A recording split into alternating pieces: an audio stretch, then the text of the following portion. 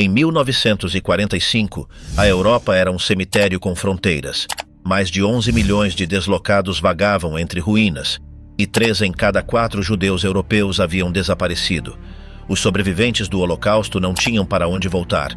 Suas casas haviam sido ocupadas, suas famílias exterminadas e seus países se tornaram cenários de pogroms, mesmo após a guerra.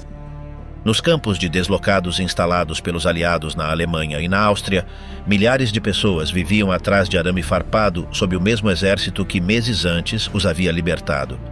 Nesse cenário absurdo nasceu uma nova consigna: ir para a Palestina ou morrer aqui. Enquanto isso, no Oriente Médio, a comunidade judaica do Yishuv, já organizada, armada e treinada pelos britânicos, se preparava para uma mudança histórica.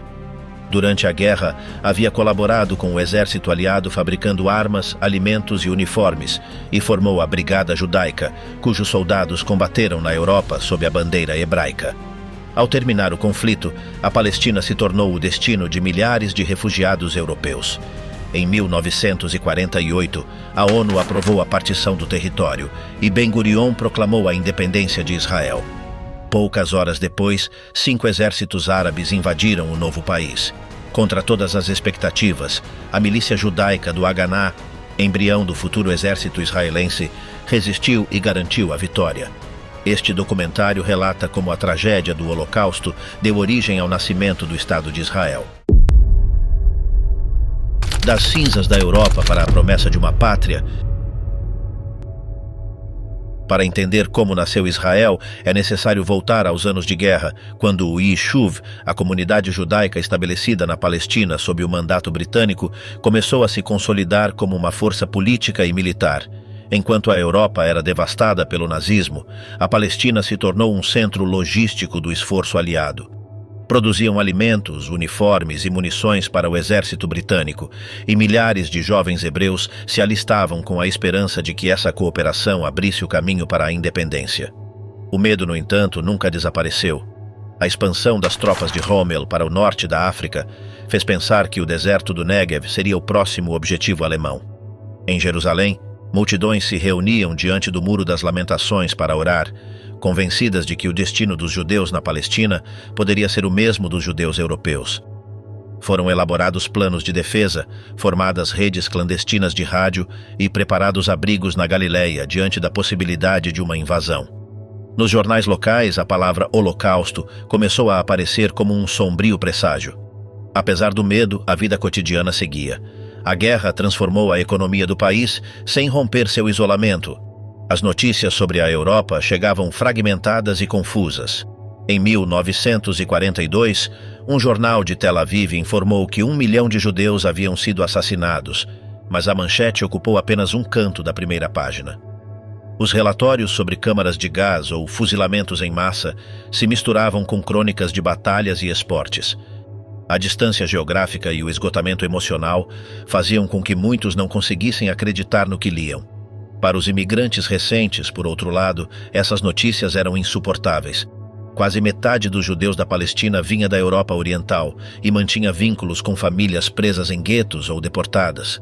Cada telegrama ou carta era uma ferida pessoal. Nessa mistura de dor e culpa começou a se formar uma nova convicção. A sobrevivência do povo judeu só seria possível em sua própria terra.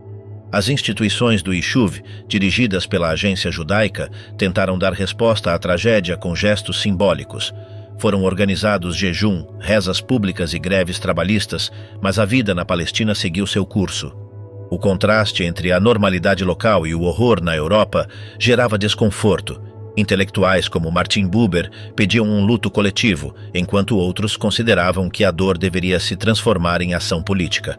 Dessa tensão entre luto e ação surgiu uma nova estratégia: transformar a tragédia em argumento político. Essa ideia foi assumida pelos dirigentes sionistas. Para Ben-Gurion e a agência judaica, o dever principal não era resgatar indivíduos, mas construir um Estado que garantisse a sobrevivência coletiva. O objetivo imediato era fortalecer as instituições, consolidar a defesa e preparar a independência. Essa lógica também se estendeu à relação com os britânicos. Em 1939, o Reino Unido havia emitido o Livro Branco, que limitava a imigração judaica a 75 mil pessoas em 5 anos e restringia a compra de terras. Londres buscava apaziguar a população árabe e manter a estabilidade imperial. Mesmo assim, a liderança do Yishuv decidiu apoiar a causa aliada. Lutaremos ao lado da Inglaterra como se não houvesse livro branco e contra o livro branco como se não houvesse guerra, resumiu Ben-Gurion. Cerca de 30 mil voluntários hebreus se incorporaram ao exército britânico, convencidos de que essa lealdade se traduziria depois em reconhecimento político. Em 1944, foi formada a Brigada Judaica, composta por 5 mil homens que usavam no uniforme uma estrela de Davi amarela, símbolo que passou de emblema de perseguição a sinal de orgulho nacional. Seus membros seriam mais tarde o núcleo do futuro exército israelense, e sua experiência militar consolidou o caráter defensivo do Yishuv. Enquanto isso, a questão da imigração continuava sendo um ponto de conflito. Milhares de refugiados tentavam chegar à Palestina por mar. Os barcos eram frágeis, superlotados e perseguidos pela Marinha Britânica. Alguns alcançavam a costa à noite. Outros eram interceptados ou naufragavam, como o Struma, afundado com mais de 700 passageiros. A imigração ilegal, a Aliyah-Bet, permitiu a entrada de cerca de 50 mil refugiados durante a guerra, embora se priorizasse jovens saudáveis e se rejeitassem idosos ou doentes. Nem mesmo a magnitude do extermínio alterou essa política. Paralelamente, o Yishuv buscou formas simbólicas de participação na guerra. Em 1944, um grupo de 30 voluntários foi lançado de paraquedas sobre a Europa ocupada. Sua missão era demonstrar que os judeus da Palestina não haviam esquecido os seus. Entre eles estava Hannah Senesh, poetisa húngara de 23 anos, capturada e executada. Antes de morrer, escreveu: "Bendito o fogo que, ao arder, acende outras chamas."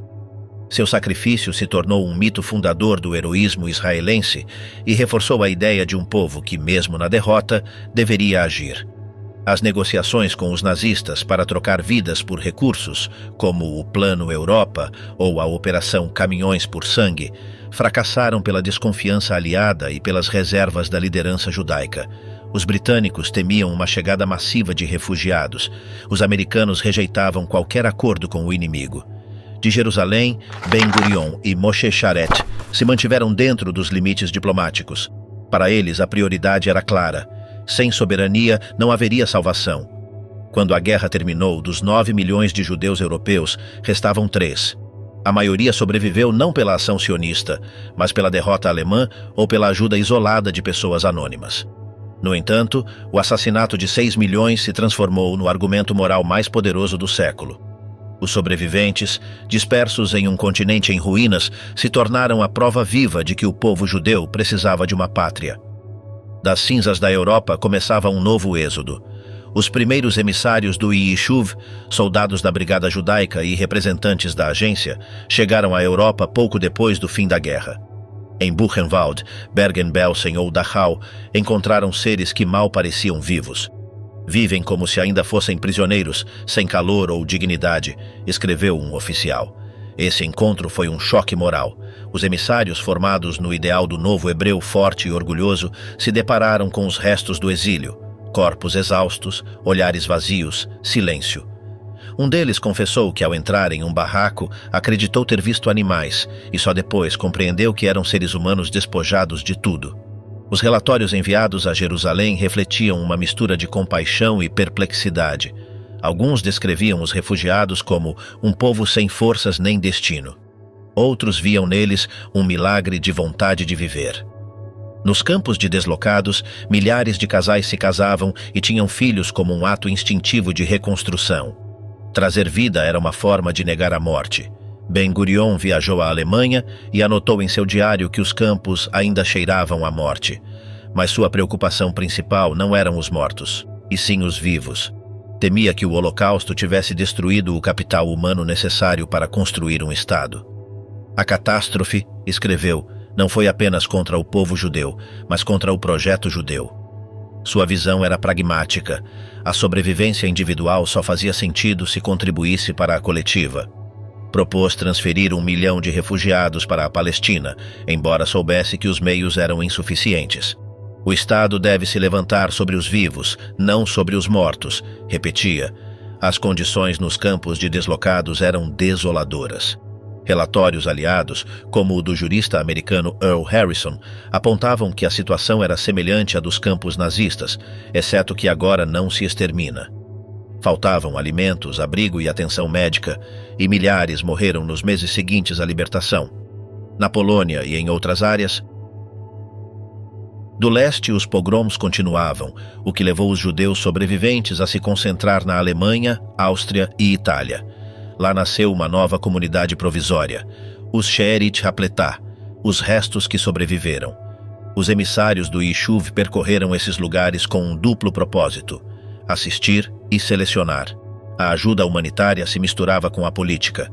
Era necessário socorrer, mas também identificar aqueles que poderiam contribuir para o futuro Estado. Priorizaram-se jovens e crianças, enquanto os idosos e doentes ficaram à margem. Muitos sobreviventes perceberam essa distância. Agradeciam a ajuda, mas sentiam que estavam sendo avaliados. Os emissários os descreviam como desmoralizados ou incapazes de se adaptar ao ideal pioneiro do kibbutz. Ben-Gurion chegou a dizer que os melhores pereceram primeiro. Ainda assim, sabia que sem eles não haveria nação. Desde então, a relação entre o Israel nascente e os sobreviventes estaria marcada por uma mistura de necessidade e desconfiança. No meio da miséria, surgiam gestos simbólicos. Em um campo perto de Frankfurt, uma menina se aproximou de Ben-Gurion e perguntou se ele era o rei de Israel. Ele respondeu que não, mas ela insistiu. Sim, você é. Leve-me com você. Nessa cena, condensava-se a esperança de uma geração que via na Palestina a possibilidade de recuperar a dignidade perdida. Essa esperança não era individual, se estendia por todos os campos de deslocados. Os relatórios coincidiam em que a maioria dos sobreviventes queria ir para a Palestina. No leste, os pogroms continuavam. No oeste, as fronteiras continuavam fechadas. A Palestina era a única porta aberta, embora estreita. Na agência judaica surgiam dúvidas. Poderiam esses refugiados se adaptar ao rigor do trabalho agrícola e à disciplina coletiva? Alguns advertiam que uma imigração massiva sem controle transformaria o país em um grande manicômio.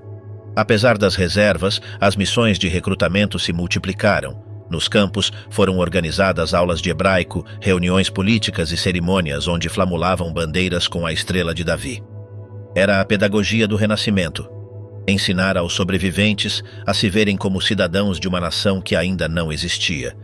No final de 1945, os primeiros barcos partiram clandestinamente para a Palestina. Alguns foram interceptados pela Marinha Britânica. Outros conseguiram desembarcar à noite, ajudados por militantes do Haganah.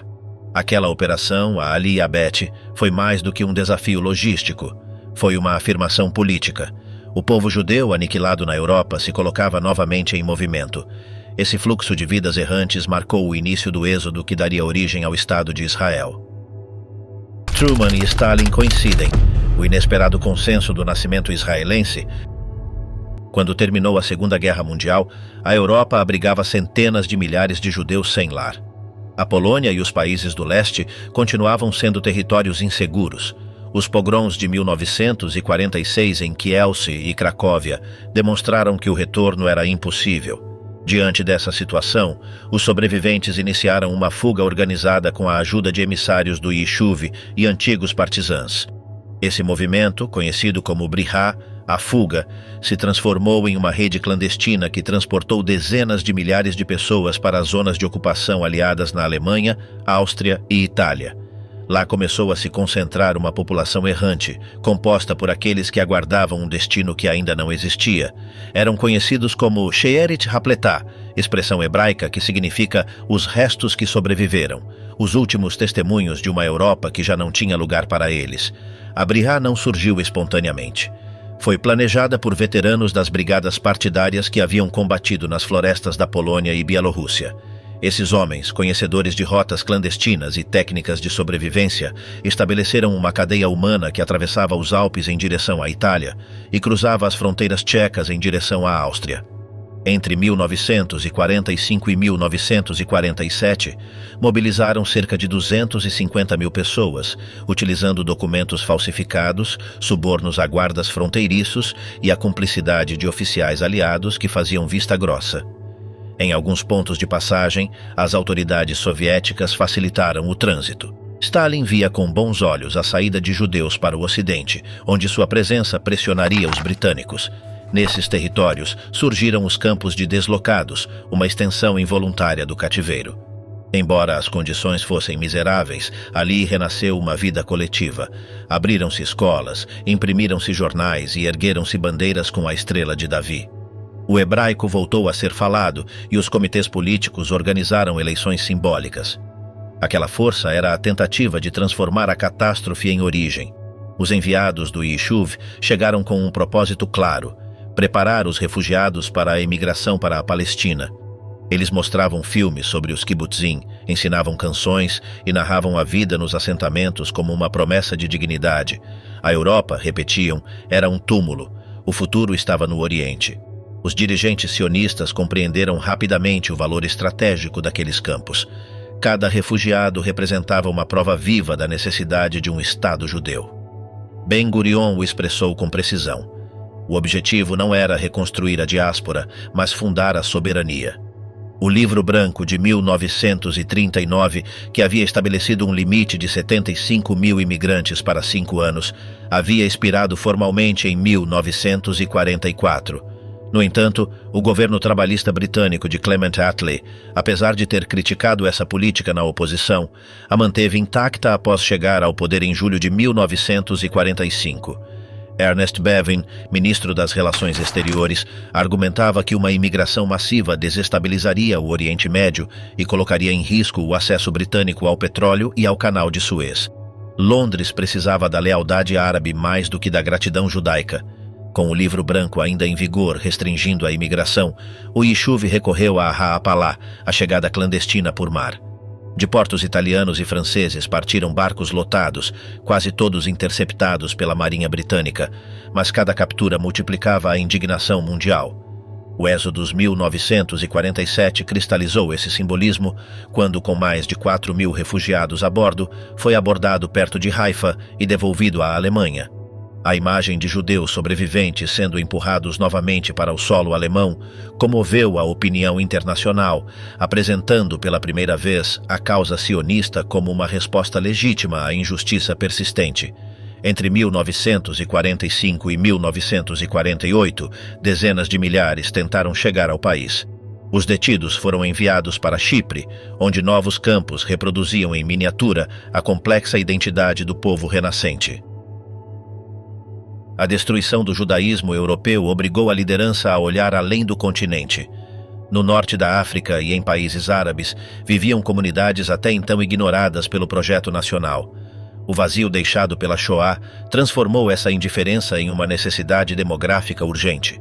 As políticas de seleção que antes favoreciam juventude ou formação europeia foram abandonadas. Já não se escolhia, aceitava-se todo judeu disposto a emigrar. Os emissários negociaram com governos do leste a saída de comunidades inteiras. Às vezes, Israel pagava por cada imigrante autorizado. A lembrança do fracasso em resgatar judeus durante a guerra pesava como um imperativo moral que não podia ser ignorado. Enquanto isso, entre os escombros da Europa, alguns sobreviventes escolheram um caminho distinto. Abba Kovner, poeta e antigo partisano, reuniu um grupo de combatentes decididos a vingar o extermínio. Chamaram-no Nakam, vingança. Seu plano de envenenar prisioneiros nazistas sob controle aliado provocou várias intoxicações em Nuremberg, sem mortes em massa. Outros vingadores atuaram por conta própria, identificando e executando culpados diretos. Em Palestina, essas ações suscitaram debate. Alguns líderes compreendiam o impulso de justiça imediata. Outros, como Moshe Sharet, insistiram que toda resposta deveria ser digna, que a punição não repetisse a lógica do carrasco. Com o tempo, as ações do Nakam foram desaparecendo da memória oficial, enquanto o centro do movimento passava da vingança para a legitimação política. O rejeito ao Nakam não era apenas moral, mas estratégico. Entre 1946 e 1947, a liderança sionista iniciou uma campanha diplomática sem precedentes em Washington, Londres e nas capitais europeias. A agência judaica abriu escritórios de representação, contratou empresas de relações públicas americanas e mobilizou a comunidade judaica norte-americana para pressionar o Congresso. Paralelamente, o Irgun e o Lehi intensificaram seus ataques contra alvos britânicos na Palestina. A explosão do Hotel King David em julho de 1946 matou 91 pessoas e marcou um ponto de inflexão. Os britânicos, que mantinham 100 mil soldados no território a um custo insustentável para uma economia pós-guerra em falência, começaram a considerar seriamente a retirada. A Guerra Fria emergente acelerava esse cálculo.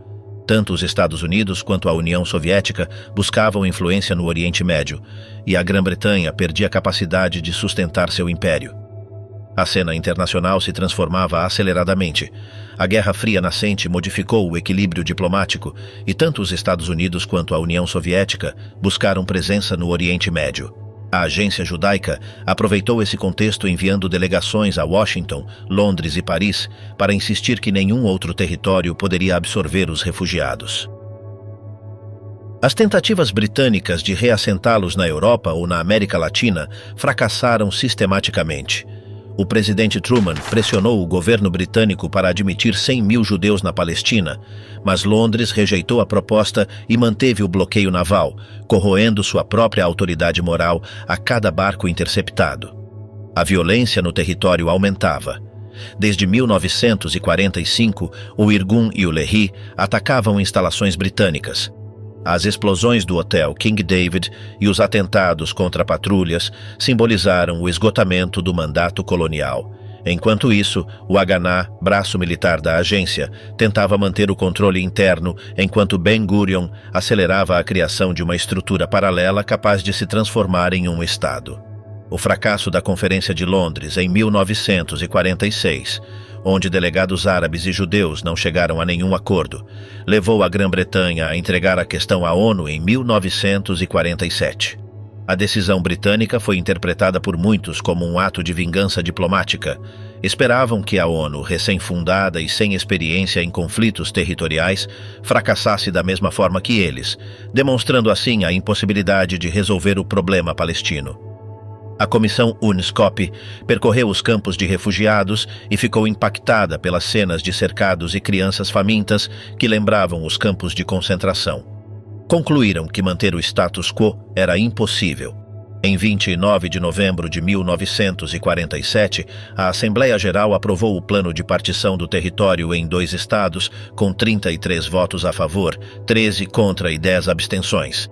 A votação foi resultado de uma feroz campanha diplomática. O bloco soviético votou a favor para enfraquecer a presença britânica. Os Estados Unidos pressionaram países latino-americanos e as Filipinas para garantir os 2/3 necessários. A França apoiou em troca da cessação da ajuda do Yishuv aos rebeldes argelinos. O plano concedia ao Estado judeu 55% do território, apesar de os judeus constituírem 1/3 da população. As terras atribuídas incluíam o deserto do Negev, considerado estéril, mas também as zonas costeiras mais férteis e desenvolvidas. O Estado árabe ficaria fragmentado em 3 segmentos sem continuidade territorial. Os delegados árabes abandonaram a sala antes da votação, declarando que jamais aceitariam a partição. As ruas judaicas explodiram em júbilo, as árabes em fúria. Em questão de horas, começaram os confrontos. A guerra civil eclodiu sem declaração formal. Estradas bloqueadas, colônias sitiadas e cidades mistas transformadas em zonas de combate. O Haganah, reorganizado em brigadas regulares, adotou rapidamente uma estratégia ofensiva. Sob a direção de Yigael Yadin, o plano Dalet definiu os passos a seguir: garantir corredores de comunicação, ocupar zonas estratégicas e neutralizar posições hostis. As operações em Tiberíades, Haifa e Safed consolidaram o controle judaico do norte, enquanto as brigadas do sul avançavam para o Negev. A guerra provocou um êxodo massivo de árabes palestinos, abrindo uma nova crise de refugiados que marcaria o futuro da região. A liderança árabe não conseguiu coordenar uma resposta eficaz. As forças locais careciam de armamento pesado e de uma cadeia de comando unificada. Os britânicos, formalmente ainda responsáveis pelo território, evitaram confrontos diretos com o Haganah e concentraram seus esforços em se retirar. Na prática, o mandato já havia terminado antes de sua data oficial. Durante esses meses críticos, o Yishuv funcionou como um estado em gestação. Foram estabelecidos ministérios provisórios, emitidos documentos de identidade e organizado um sistema de racionamento. Os impostos financiavam o esforço de guerra e a absorção de imigrantes. Nos kibbutzim, os jovens treinavam enquanto cultivavam. Nas cidades, levantavam-se abrigos e hospitais de campanha. A sensação era de urgência absoluta. Se essa guerra não fosse vencida, o projeto sionista desapareceria. Entre dezembro de 1947 e março de 1948, o Haganah esteve na defensiva. As milícias árabes controlavam as principais estradas e sitiavam Jerusalém, cortando o fornecimento de alimentos e água para os 100.000 judeus da cidade. Os comboios que tentavam romper o cerco sofriam emboscadas mortais. Em março, o Conselho Nacional Judaico considerou seriamente evacuar Jerusalém e concentrar a defesa na planície costeira. Foi então que o Plano Dalet mudou a dinâmica. Entre abril e maio, operações como Nachshon, que abriu temporariamente o corredor para Jerusalém, e a captura de cidades mistas como Haifa, Tiberíades, Safed e Jaffa inverteram a balança militar. Essas vitórias não apenas garantiram território, desencadearam um êxodo de entre 250.000 e 350.000 árabes palestinos antes de 14 de maio, transformando a demografia do futuro Estado. Ben-Gurion temia que um atraso permitisse às potências impor uma administração internacional. Por isso, em 14 de maio de 1948, em Tel Aviv, anunciou a criação do Estado de Israel. A leitura do ato coincidiu com a retirada do último contingente britânico, e poucas horas depois, os exércitos do Egito, Síria, Líbano, Iraque e Transjordânia cruzaram as fronteiras para invadir o novo país. Desde o começo, Israel partia com desvantagem.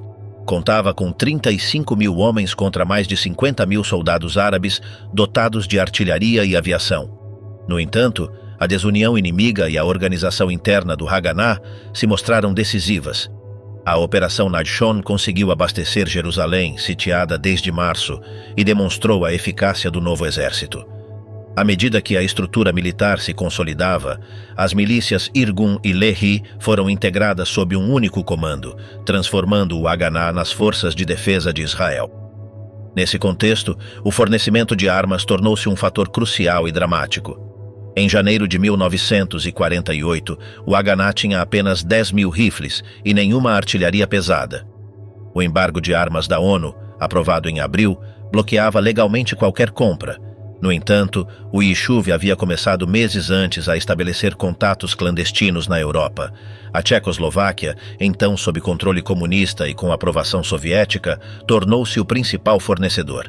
Entre março e maio de 1948, chegaram 25 aviões de caça Avia S-199, versões tchecas do Messerschmitt alemão, junto com 34.500 rifles, 5.200 metralhadoras e milhões de munições. Os aviões foram desmontados, enviados por barco e remontados em segredo. Sua aparição no céu no final de maio surpreendeu os exércitos árabes e mudou o equilíbrio aéreo. O custo foi enorme. Israel pagou preços elevados e muitos pilotos morreram em máquinas defeituosas, mas sem esse contrabando, a guerra teria sido perdida. Enquanto isso, a diplomacia se desenvolvia com a mesma intensidade que os combates. O reconhecimento imediato de Israel pelo presidente Truman assegurou apoio político e acesso a fundos. A União Soviética também reconheceu o novo Estado, buscando enfraquecer a influência britânica. Pela primeira vez, as duas superpotências coincidiam em um mesmo objetivo. No campo de batalha, as ofensivas árabes começaram a estagnar progressivamente. No norte, as forças israelenses garantiram a Galileia e tomaram Acre. No centro, conquistaram Lida e Ramla, consolidando o corredor para Jerusalém. E no sul, a Operação Yoav rompeu o cerco egípcio e permitiu avançar para o Negev. Os armistícios de 1949 foram negociados separadamente, evitando uma frente árabe unificada. O primeiro foi com o Egito em fevereiro, seguido pelo Líbano em março, Jordânia em abril e, finalmente, a Síria em julho. Ralph Bunche, mediador da ONU, conduziu as negociações na ilha de Rhodes. Cada armistício estabeleceu linhas de cessar-fogo, não fronteiras reconhecidas, que concederam a Israel cerca de 78% do território do mandato britânico, muito superior aos 55% do plano de partição. Essas linhas verdes se mantiveram até 1967. Nenhum país árabe aceitou a paz formal, nem o reconhecimento do Estado judeu. Para o verão de 1949, os armistícios com Egito, Líbano, Síria e Jordânia definiram as fronteiras provisórias do novo Estado. No entanto, o custo humano foi enorme. Mais de 6.000 israelenses mortos, muitos deles recém-chegados da Europa. Nos cemitérios improvisados, os nomes hebraizados conviviam com sobrenomes poloneses ou húngaros. Seu sacrifício selou o vínculo entre a tragédia europeia e o nascimento de Israel. Os refugiados se tornaram cidadãos e os deslocados fundadores. A independência, apesar de tudo, gerou um consenso temporário que subordinou as divisões ideológicas ao esforço comum. Mas o novo Estado herdou tensões profundas. O conflito árabe, a dependência econômica da diáspora e a pressão para absorver uma imigração massiva. Entre 1948 e 1951, mais de 700.000 judeus chegaram ao país, duplicando a população. A maioria provinha dos campos europeus e de comunidades expulsas de países árabes após a guerra. Israel improvisou moradias, hospitais e escolas no meio do racionamento e da escassez. No plano internacional, o jovem país buscou consolidar sua legitimidade, apresentando-se como resposta moral ao fracasso da Europa. As delegações israelenses lembravam que o Holocausto havia demonstrado a necessidade de uma soberania judaica. Essa narrativa se tornou a base ética do reconhecimento internacional, enquanto a diplomacia, dirigida por Sharet, procurava uma legitimidade prática, ser admitido na comunidade de estados, obter ajuda econômica e garantir fronteiras estáveis. O fim da guerra deixou Israel com um território maior do que o previsto pela partição, mas sem fronteiras definitivas nem paz formal. Centenas de milhares de palestinos deslocados permaneceram em campos, abrindo uma nova questão internacional. Dentro do país, a prioridade era integrar os imigrantes e consolidar as instituições. Em 1949, foram realizadas as primeiras eleições. Weizmann foi eleito presidente e Ben-Gurion, primeiro-ministro. A guerra havia transformado um movimento disperso em um Estado funcional. Em menos de 3 anos, o mundo passou da descoberta dos campos de concentração ao nascimento de uma nação armada. Os sobreviventes que vagavam pela Europa em 1945 se tornaram a base demográfica do novo país. Os líderes que haviam priorizado a estratégia sobre o resgate consolidaram sua visão. O Holocausto deixou de ser apenas uma tragédia para se tornar um fundamento de legitimidade política. Israel emergia como resultado dessa sequência: extermínio, êxodo e soberania. Finalmente, no final de 1948, enquanto os últimos combates terminavam no deserto do Negev, Ben-Gurion escreveu em seu diário: "A história não concede respiro. Cada vitória anuncia uma nova ameaça." Ele sabia que a independência era apenas o começo. O país carecia de fronteiras seguras, dependia da ajuda externa e tinha que integrar centenas de milhares de refugiados. Mas também entendia que, pela primeira vez em 2000 anos, os judeus tinham um exército próprio, um governo e uma bandeira sobre um território que podiam chamar de seu. O século da perseguição terminava, o da construção acabava de começar. O ouro do perdão. Como a Alemanha comprou a paz com Israel. Com a guerra concluída e a independência ainda precária, Israel entrou em uma fase distinta: a de transformar a vitória em estabilidade. O entusiasmo inicial deu lugar aos desafios da reconstrução e a uma pergunta inevitável: como transformar a memória da catástrofe em alicerce político e econômico para o novo Estado? Nesse ponto, a decisão do Comitê Central abriu uma nova etapa, na qual a disputa pela memória foi subordinada a uma negociação de Estado. A partir desse momento, não se tratava apenas de um conflito moral entre aplausos e reprovações, mas de articular uma posição diplomática que permitisse transformar demandas históricas em recursos concretos para um país em déficit. Israel enfrentava, em 1951, uma grave crise econômica. A população havia dobrado em 3 anos com a chegada de 700 mil imigrantes. As reservas de divisas mal alcançavam para 3 meses de importações e o racionamento de alimentos continuava. O produto interno bruto per capita havia caído 8% desde a independência. Nesse contexto, a questão das reparações deixou de ser um assunto privado das vítimas e passou a ser uma decisão de sobrevivência nacional. O primeiro desafio foi definir com precisão o que estava sendo reclamado e em nome de quem. Havia demandas individuais por pensões, seguros e propriedades pessoais. Existia também a reclamação coletiva por bens comunitários, sinagogas, escolas, arquivos e o patrimônio cultural destruído. O Estado, recém-criado e carregado de responsabilidades de absorção, procurou consolidar uma representação unificada que pudesse negociar em nome dos sobreviventes e dos próprios cidadãos israelenses. Surgiu assim uma dualidade institucional. Por um lado, a delegação governamental que agia oficialmente. Por outro, a Conference on Jewish Material Claims Against Germany, a Claims Conference, fundada em outubro de 1951 em Nova York por 23 organizações judaicas internacionais, encarregada de articular e apresentar as reclamações individuais e coletivas das comunidades judaicas do mundo.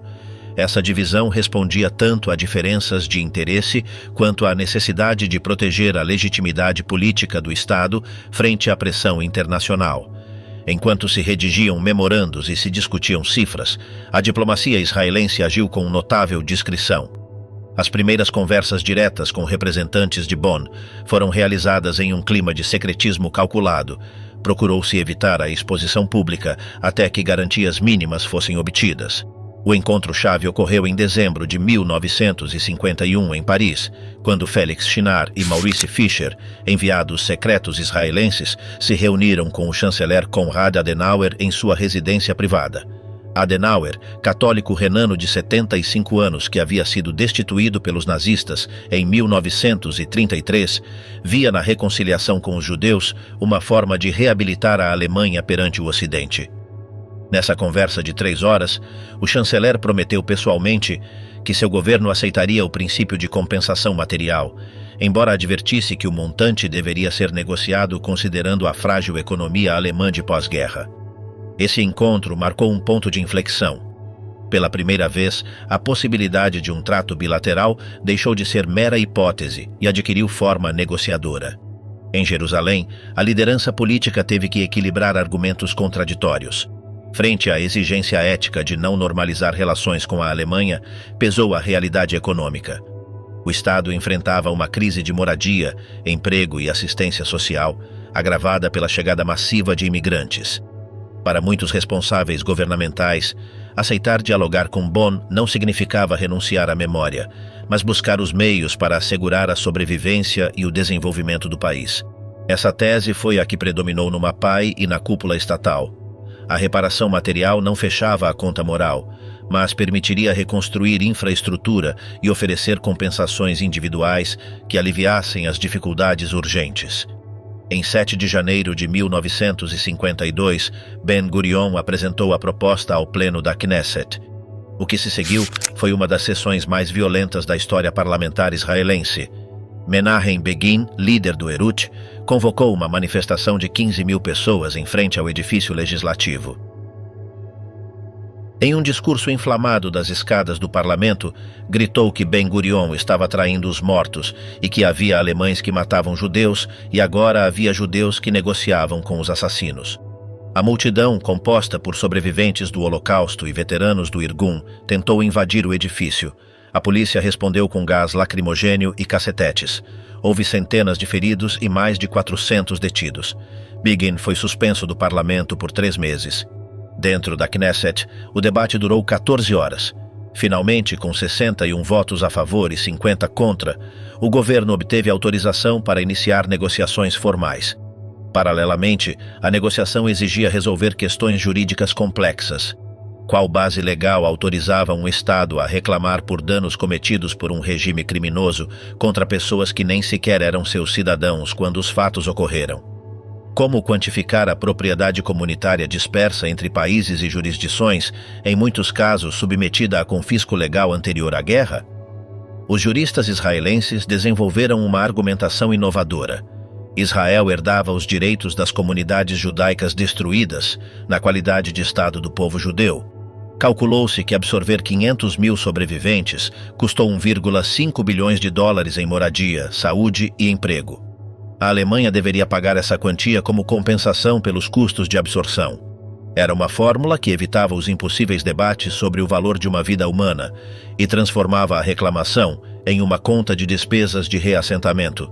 Por isso, a Claims Conference assumiu um papel técnico central: coletar documentação, certificar reclamações, estabelecer critérios de elegibilidade e apresentar expedientes que sustentassem as reivindicações diante de funcionários alemães e de organismos intermediários. No plano internacional, o processo de normalização com uma Alemanha reintegrada no Ocidente não acontecia no vazio. A Guerra Fria condicionou aberturas e alianças. O Ocidente precisava estabilizar a República Federal e a reabilitação de Bonn era vista como um componente da estratégia ocidental. Os Estados Unidos pressionaram discretamente ambas as partes, Israel para que aceitasse negociar e a Alemanha para que pagasse. Washington temia que o conflito não resolvido prejudicasse a imagem da Alemanha Ocidental justo quando sua integração na OTAN e seu rearmamento eram necessários como barreira contra o comunismo. O alto comissário dos Estados Unidos em Bonn, John McCloy, advertiu Adenauer de que a rejeição das reparações comprometeria a ajuda do Plano Marshall e atrasaria a recuperação da soberania alemã. Essa tensão explicou, em boa medida, a pressa de alguns em transformar uma reparação simbólica em um acordo material. As negociações iniciadas em 21 de março de 1952 em Wassenaar representaram um dos episódios diplomáticos mais tensos do pós-guerra. Em um pequeno edifício próximo a Haia, as delegações de Israel, da Conferência de Reivindicações Judaicas e da República Federal Alemã se sentaram frente a frente, com a história recente pesando sobre cada palavra. A escolha do local não foi casual. Os Países Baixos ofereciam neutralidade, mas também lembravam como nação que havia perdido 75% de sua população judaica sob ocupação nazista. A equipe israelense era liderada por Giora Yoseftal, nascido em Nuremberg e ex-comandante do Palmach, e Eliezer Shinar, natural da Baviera, acompanhados por Georg Landauer e supervisionados politicamente por Nahum Goldman, figura-chave da diplomacia judaica internacional e presidente do Congresso Judaico Mundial. Frente a eles estavam Franz Böhm, professor de direito que havia sido destituído pelos nazistas em 1935 por se opor às leis raciais, e Otto Küster, jurista democrata cristão. Nem todos em Bonn compartilhavam dessa disposição.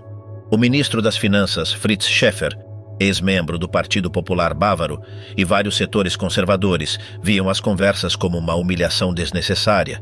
Enquanto isso, em Jerusalém, o governo de Ben-Gurion acompanhava cada passo com cautela, ciente de que um fracasso poderia afetar tanto a economia quanto a imagem moral do país.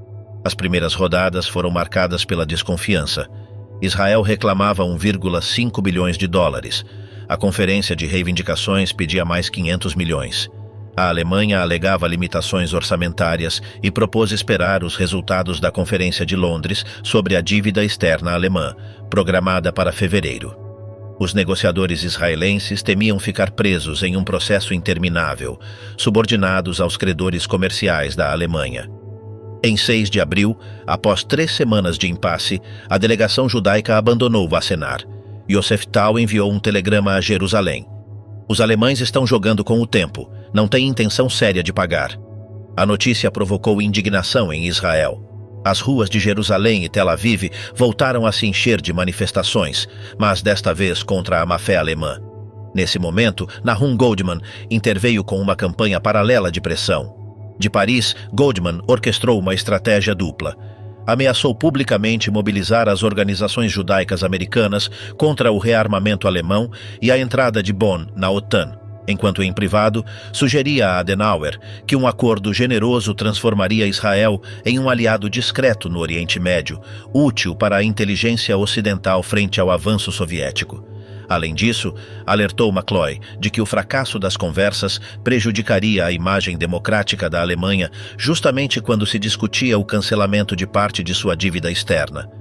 Era um jogo de diplomacia intensa, feito de cartas pessoais, promessas e advertências. Enquanto isso, dentro da Alemanha, o tema dividia o gabinete. Alguns ministros temiam que aceitar as demandas judaicas gerasse ressentimento interno em uma população que se considerava vítima da guerra. Adenauer, no entanto, compreendia o valor político de encerrar esse capítulo. Reparar ao povo judeu era também a via para recuperar respeito internacional. Em 8 de maio de 1952, aniversário da rendição alemã, Adenauer convocou um conselho de ministros extraordinário e ameaçou renunciar se não fosse autorizada a reabertura das negociações com uma oferta concreta. O ministro Schäfer cedeu a contragosto. Em junho, foi acordado um novo ponto de partida, um pacote de 3.450.000 milhões de marcos alemães, equivalentes a 820 milhões de dólares, dos quais 3.000 milhões iriam para Israel e 450 milhões para a Claims Conference. Os pagamentos seriam feitos em bens industriais e combustíveis durante 12 anos, evitando assim transferências de divisas que a Alemanha não podia arcar. Em 10 de setembro de 1952, na prefeitura de Luxemburgo, foi assinado o documento que selou oficialmente o entendimento. Moshe Sharett, ministro das Relações Exteriores, e Nahum Goldman representaram Israel. Adenauer o fez em nome da República Federal. Não houve discursos. Sharett havia preparado um, no qual afirmava que não havia perdão possível pelo sangue derramado, mas o chanceler pediu para omitir qualquer referência moral direta. Ambos sabiam que cada palavra poderia reabrir feridas. As canetas deslizaram sobre o papel em silêncio, em uma cerimônia breve que pôs fim a meses de tensões. A ratificação do tratado no Bundestag, em 18 de março de 1953, foi dramática. O Partido Social Democrata votou a favor, os liberais se dividiram, a direita nacionalista e os comunistas votaram contra. Adenauer alertou que a rejeição custaria a reputação da Alemanha. Com 239 votos a favor, 35 contra e 86 abstenções, o acordo foi aprovado. Na Knesset israelense, a ratificação obteve apenas 7 votos de maioria. A sociedade israelense seguia profundamente dividida. O acordo estipulava que os pagamentos seriam feitos em espécie, bens industriais, combustível e maquinário. Israel estabeleceu a missão de compras em Colônia, dirigida por Felix Shinar, com status diplomático de fato, embora os dois países não mantivessem relações formais. A missão funcionava como uma embaixada clandestina.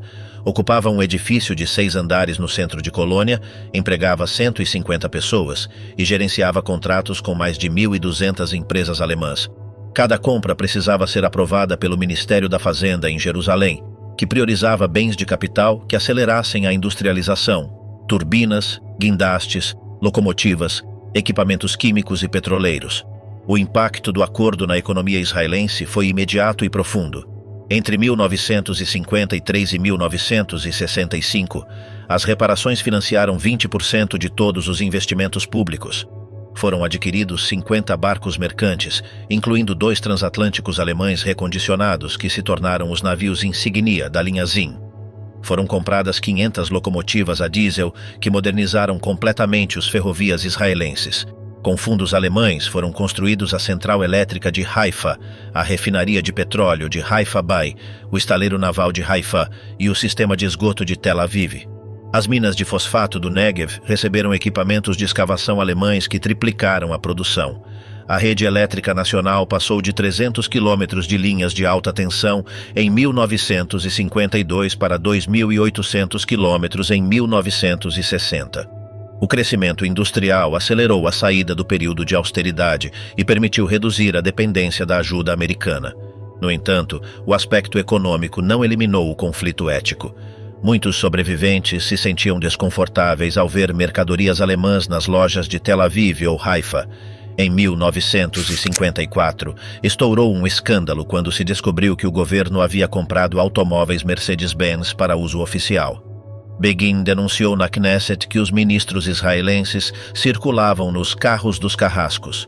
Ben-Gurion respondeu que o Estado deveria ser pragmático, não sentimental, mas ordenou que não fossem comprados mais veículos alemães para funcionários. Outros beneficiários de compensações pessoais tiveram que enfrentar trâmites que reavivavam o trauma. Os formulários exigiam detalhar locais de detenção, datas, lesões e perda de bens, tudo em idioma alemão. As indenizações chegavam com lentidão, e cada reclamação implicava justificar a perseguição sofrida. Nos kibbutzim, o dinheiro das compensações provocou crises ideológicas. Em Ein Harod, o kibbutz maior do país, a Assembleia debateu por 3 noites se aceitavam que os membros recebessem pagamentos individuais. Os veteranos socialistas argumentavam que toda a renda deveria ser socializada. Os sobreviventes respondiam que aquele dinheiro representava suas famílias assassinadas. Finalmente, foi acordado que os membros ficariam com 30% e entregariam o restante ao coletivo. Em outros kibbutzim, as decisões foram mais radicais.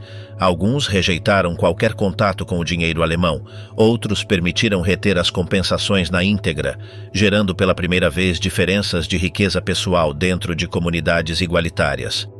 Para Ben-Gurion, a assinatura do tratado foi uma vitória política, mas também um preço moral. Em privado, ele reconhecia que o acordo havia salvado o país de uma crise financeira, embora advertisse que não deveria ser interpretado como uma reconciliação. Em seus diários de 1953, escreveu: "Tomamos da Alemanha o que nos pertence. Não é perdão, é cobrança. Os mortos não ressuscitarão, mas os vivos construirão." Ordenou centralizar a gestão das compras para evitar corrupção e especulação. Apesar dos temores iniciais, o cumprimento alemão foi pontual.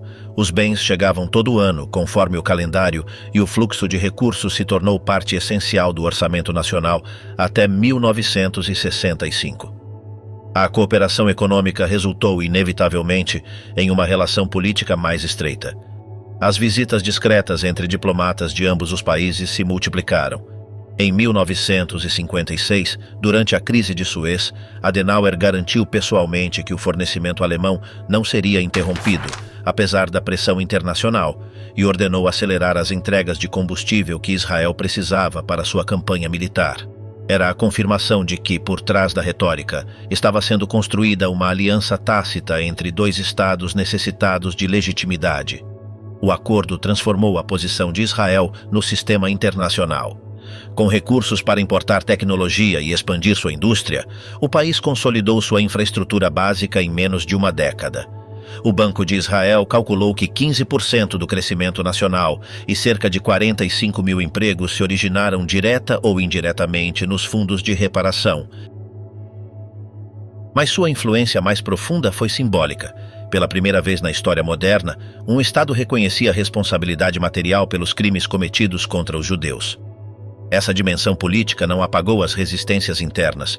Em 27 de março de 1952, antes de se iniciarem as conversas, Eliezer Sudit, sobrevivente do gueto de Vilna, enviou um pacote-bomba a Adenauer. Ele explodiu no escritório de polícia de Munique, matando um oficial e ferindo outros 2. Sudit foi preso em Paris e extraditado para a Alemanha, onde um tribunal o condenou a 8 anos de prisão. Em Israel, setores do público o consideraram um herói trágico. Enquanto alguns transformavam a memória em ação política, outros a convertiam em silenciosa desconfiança. A normalização com a Alemanha seguia sendo, para muitos, uma ferida aberta que o tempo não fecharia facilmente. Kastner e Eichmann, a memória do Holocausto nas mãos de Israel. Enquanto Israel consolidava sua independência e negociava com o passado recente da Europa, surgiam em seu próprio território dilemas morais que a jovem nação mal começava a enfrentar. Entre eles, a história de Malkiel Grunwald, um idoso judeu húngaro de 72 anos, com barba e yarmulke negros, que administrava um modesto hotel de 10 quartos na Praça Sion de Jerusalém. Anteriormente, havia sido diplomata menor do Império Austro-Húngaro e jornalista em Viena, onde sua carreira fracassou devido a fraudes menores.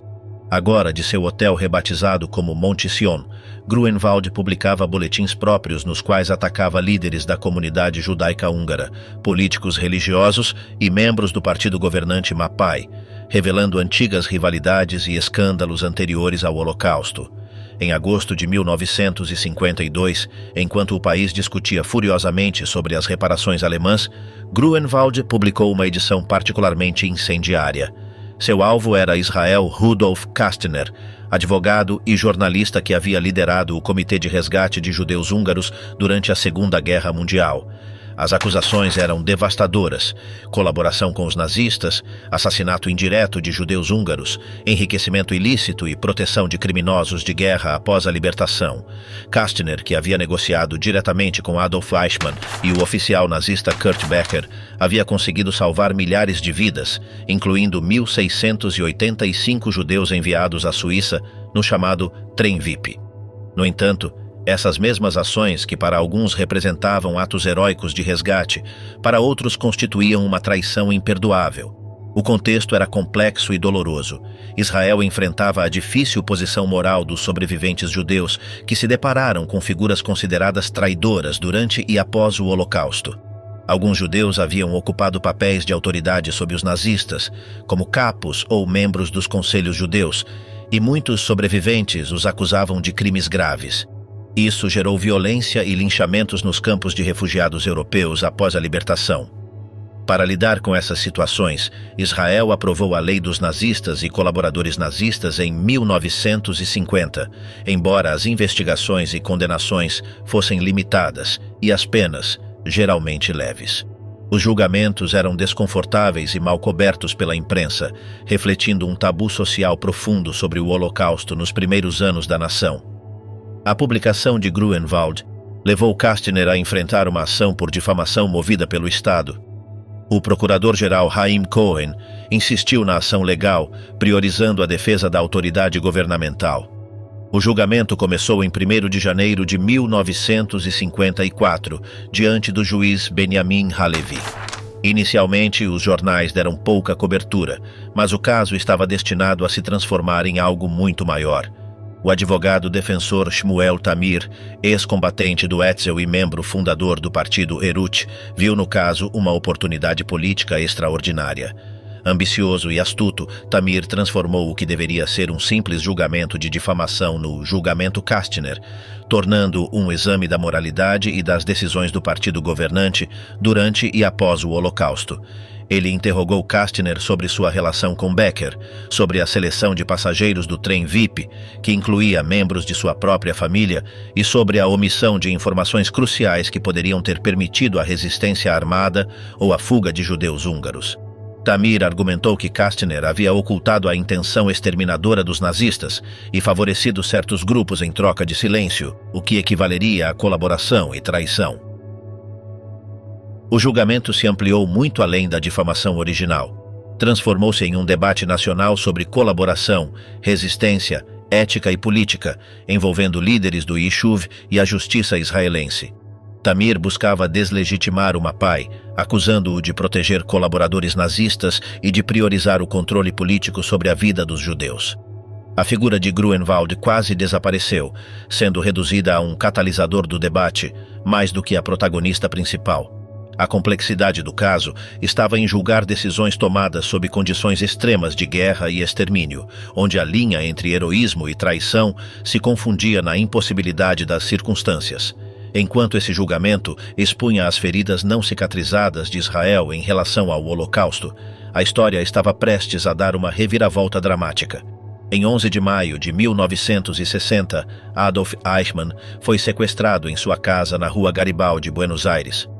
Nascido em 1906 em Solingen, Alemanha, Eichmann se juntou ao Partido Nazista em 1932 e, posteriormente à ação durante a guerra, desempenhou um papel central na deportação e extermínio dos judeus, participando da Conferência de Wannsee, onde foi discutida a organização da solução final.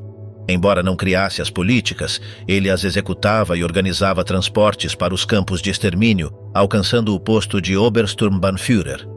A operação do Mossad foi meticulosamente planejada.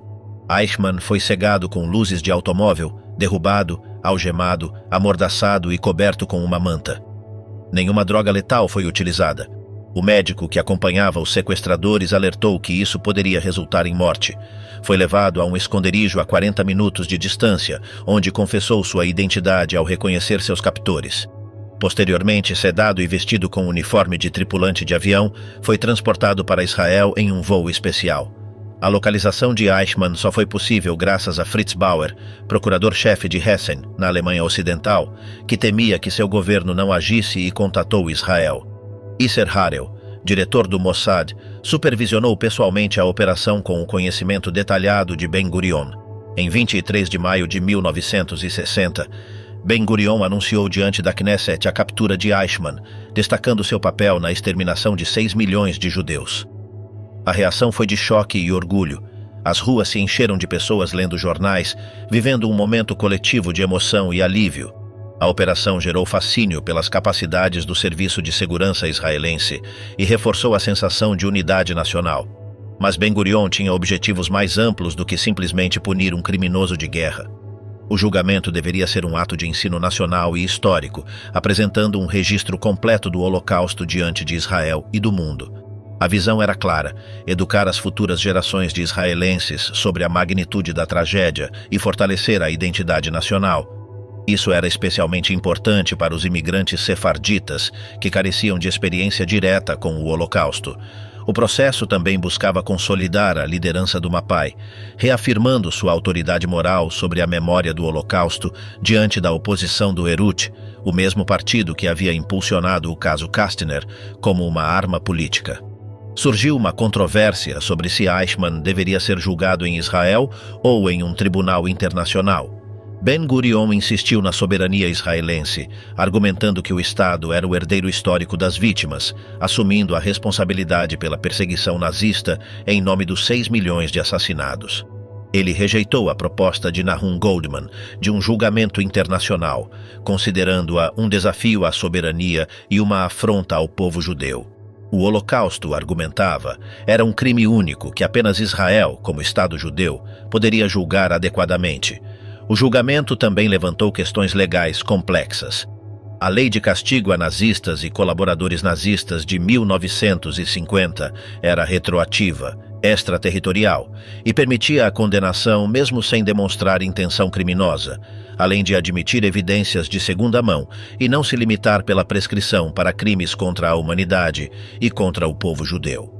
Essas medidas excepcionais buscavam expressar a indignação da nação judaica pelos horrores da Segunda Guerra Mundial e proteger as futuras gerações contra genocídios. Gideon Hausner, o novo procurador-geral, assumiu a preparação do julgamento com a visão de transformá-lo em um ato de lembrança histórica.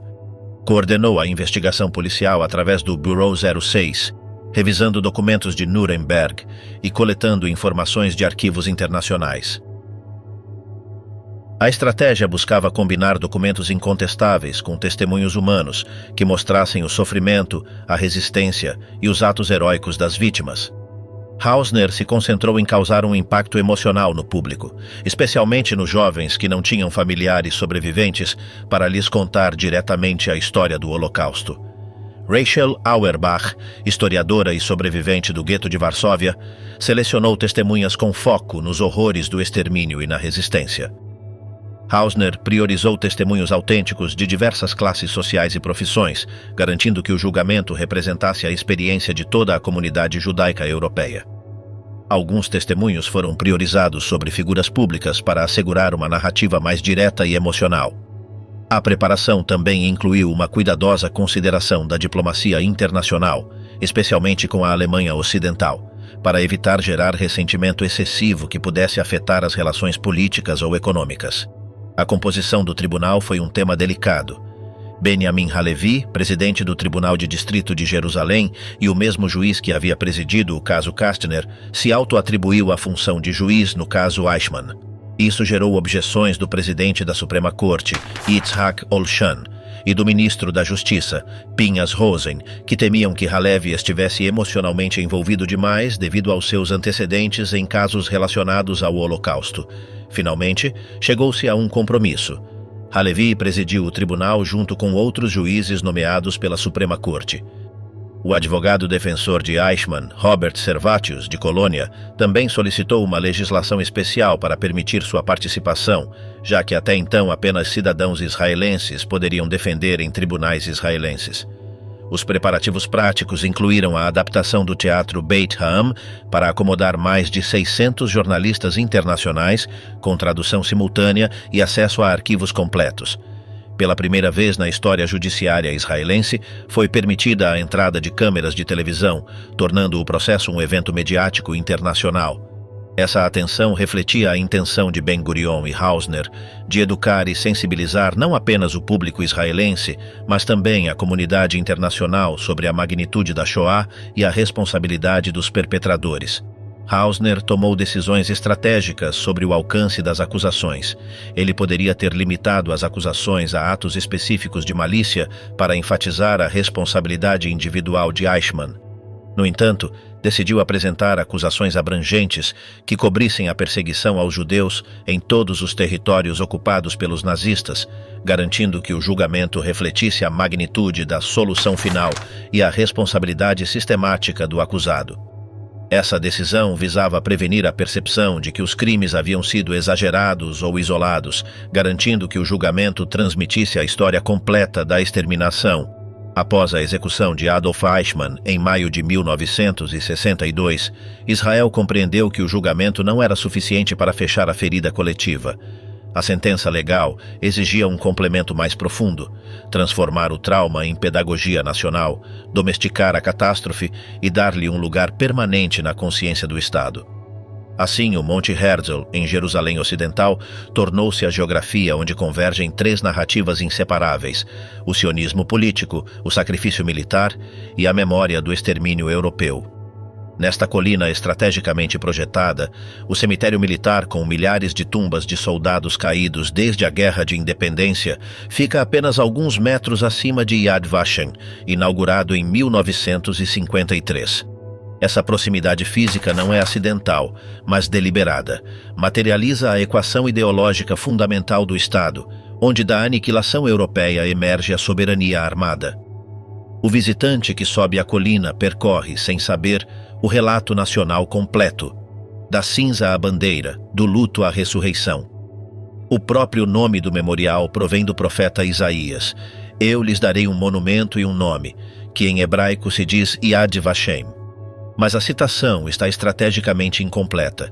O versículo original conclui dizendo "melhor do que filhos e filhas", uma frase que o sionismo secular não podia aceitar.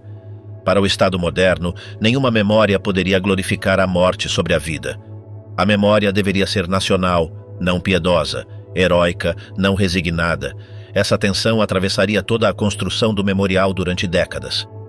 A batalha pelo controle da lembrança começou muito antes da criação do Estado. Já em 1942, quando o extermínio mal começava a ser compreendido em sua magnitude, diversas organizações sionistas competiam para se apropriar da futura comemoração. Mordecai Shenhabi, veterano da Primeira Guerra Mundial e membro de um kibbutz, propôs um ambicioso parque memorial onde a dor se transformaria em florestas, com cada árvore representando uma vida perdida. Simultaneamente, o Fundo Nacional Judeu lançou seu próprio projeto: vender certificados de árvores para judeus de todo o mundo por £1 esterlina cada um. Essa mercantilização do luto gerou controvérsia, mas também demonstrou algo fundamental: a memória podia ser indústria, infraestrutura, negócio. Após a independência de 1948, David Ben-Gurion centralizou com firmeza a comemoração. O governo entendeu o poder simbólico dessa competição e decidiu que Israel deveria ser o único guardião legítimo da memória. O Ministério das Relações Exteriores instruiu explicitamente suas embaixadas a desencorajar a criação de monumentos do Holocausto fora do país. A memória deveria ter sua capital em Jerusalém. Houve até propostas radicais: conceder cidadania israelense póstuma aos 6 milhões de vítimas, integrando legalmente os mortos no Estado-nação. Embora a ideia não tenha prosperado, ela revela a intensidade com que Israel reivindicava a autoridade exclusiva sobre o genocídio. Em agosto de 1953, o parlamento aprovou a Lei do Memorial do Holocausto e do Heroísmo. O ministro da Educação, Ben-Zion Dinur, historiador e sobrevivente, articulou a tese central. A Shoah havia sido consequência direta da diáspora. Um povo sem Estado estava condenado ao extermínio. Israel, portanto, não era apenas um refúgio, mas uma reparação histórica e garantia de sobrevivência. O debate parlamentar foi intenso e revelador. Os socialistas exigiram destacar o heroísmo da revolta do gueto de Varsóvia, liderada por jovens de seus movimentos juvenis. A direita denunciou escandalizada que o memorial fosse construído com dinheiro de reparações alemãs, o que consideravam sangue convertido em moedas. Os religiosos demandaram transformar o espaço em um santuário sagrado. A versão final adotou um equilíbrio tenso: holocausto e heroísmo, duas palavras que marcariam toda a pedagogia nacional. 2 anos antes, o parlamento havia estabelecido o Dia da Memória do Holocausto, marcando estrategicamente a data uma semana após a Páscoa judaica, coincidindo com o aniversário da revolta do gueto de Varsóvia, em abril de 1943. Em 1959, foi oficialmente renomeado como Dia do Holocausto e da Heroicidade, reforçando a equação entre vítima e combatente. Todo ano, ao soar a sirene às 10 da manhã, todo o país para por 2 minutos. Os carros freiam no meio das rodovias, os motoristas descem e permanecem imóveis, os pedestres se congelam onde estão, as bandeiras caem a meio mastro. É um silêncio absoluto, quase religioso em sua intensidade, que une os vivos com os mortos. Uma semana depois, o Dia dos Caídos por Israel repete o mesmo ritual. Entre essas duas datas, o Estado percorre seu trânsito fundamental, da impotência à soberania. O visitante que chega a Yad Vashem não encontra um monumento grandioso, mas um conjunto de edifícios sóbrios, cujas linhas discretas e muros de pedra de Jerusalém evitam qualquer tentação de beleza que poderia parecer obscena diante do horror. Entre os pinheiros meticulosamente plantados convivem a biblioteca, os arquivos documentais, as salas de exposição e até uma cafeteria e loja onde são vendidos livros e objetos comemorativos. Em cada sacola, uma menorá negra de 6 braços lembra os 6 milhões. Esse contraste, a memória impressa em uma sacola de compras, encerra a paradoxal questão israelense: como manter vivo o luto sem transformá-lo em rotina? No pátio principal, grupos de escolares e soldados formam filas ordenadas. Escutam em silêncio enquanto seus fuzis repousam sobre as mochilas. É uma imagem que define toda uma pedagogia: lembrar para defender, aprender a lição do passado como garantia do futuro. Nessa cena cotidiana, se sintetiza a equação moral do Estado. A memória do Holocausto não é apenas evocação do sofrimento, mas ensinamento militar, advertência constante sobre a fragilidade da existência judaica sem poder próprio. O percurso começa na Avenida dos Justos entre as Nações, onde mais de 26 mil árvores plantadas individualmente homenageiam gentios que arriscaram suas vidas para salvar judeus. Cada árvore possui uma placa com o nome do Salvador. É o primeiro suspiro moral antes do descenso ao abismo. Em seguida, aparece a réplica do monumento ao levantamento do gueto de Varsóvia, com figuras de pedra tensas e musculosas que glorificam a resistência física. Antes de enfrentar o horror, o visitante contempla essas duas imagens. A bondade humana e a resistência armada são os únicos brilhos de luz antes da escuridão. Dentro do edifício original, predominam as fotografias em preto e branco e os textos curtos em hebraico, inglês e ídis. A exposição segue cronologicamente a perseguição desde a ascensão de Hitler até a libertação, mas o mal aparece como uma força absoluta, quase metafísica, sem explicação profunda sobre as condições que tornaram o genocídio possível. É um relato moral, não analítico, o mal como mistério. As imagens são deliberadamente duras, quase insuportáveis. A intenção não é compreender, mas sentir. A empatia substitui a análise. À medida que se avança, um corredor estreito e claustrofóbico conduz à seção dedicada à resistência judaica. O design evoca os túneis do gueto de Varsóvia, por onde os combatentes escapavam entre as ruínas. Ali, o museu iguala vítima e combatente em uma única narrativa. A Shoah se transforma em uma epopeia. Os judeus não foram apenas levados ao matadouro, mas lutaram com dignidade. Essa mensagem, repetida nas escolas durante décadas, serviu para cimentar o ideal do novo hebreu: forte e armado, radicalmente oposto à imagem do judeu diaspórico percebido como fraco. No coração do complexo, o Santuário dos Nomes guarda milhões de testemunhos onde familiares registram meticulosamente os dados das vítimas. O propósito é devolver a cada morto sua identidade individual, resgatá-lo da massa anônima do extermínio. Mas o projeto é marcado pela impossibilidade. Mesmo após 8 décadas de busca, apenas cerca de metade dos nomes foram documentados.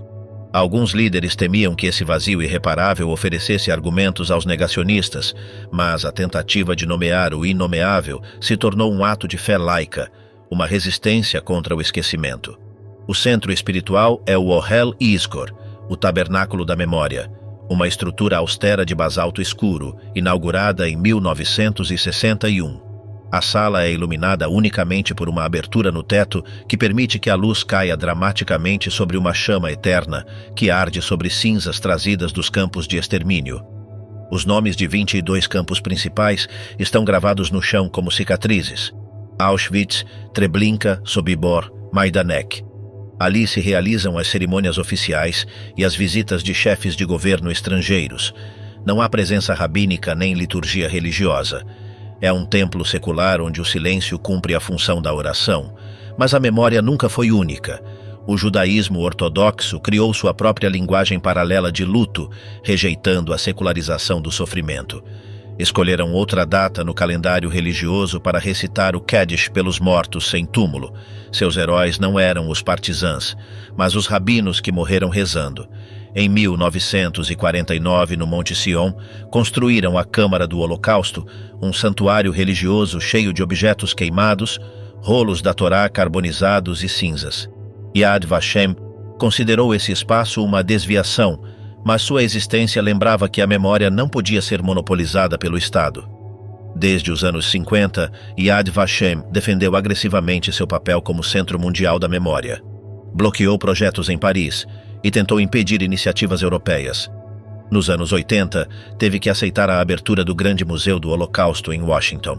Israel compreendeu que o monopólio absoluto era impossível, mas nunca renunciou ao seu direito à autoridade moral suprema. Com o passar das décadas, o relato do heroísmo transformou-se no do luto íntimo. Novos espaços inaugurados nos anos 90 marcaram essa virada. O Vale das Comunidades Destruídas, com os nomes de 5.000 comunidades aniquiladas, e especialmente o Memorial das Crianças, uma sala subterrânea onde espelhos refletem infinitamente 5 velas, criando a ilusão de 1,5 milhão de luzes pelos meninos assassinados. Um diretor do museu resumiu a mudança com clareza. Já não era necessário falar constantemente de heroísmo. A palavra holocausto continha tudo. A sociedade israelense, que durante décadas julgou implicitamente as vítimas por sua aparente passividade, começou a se identificar com seu sofrimento sem condições.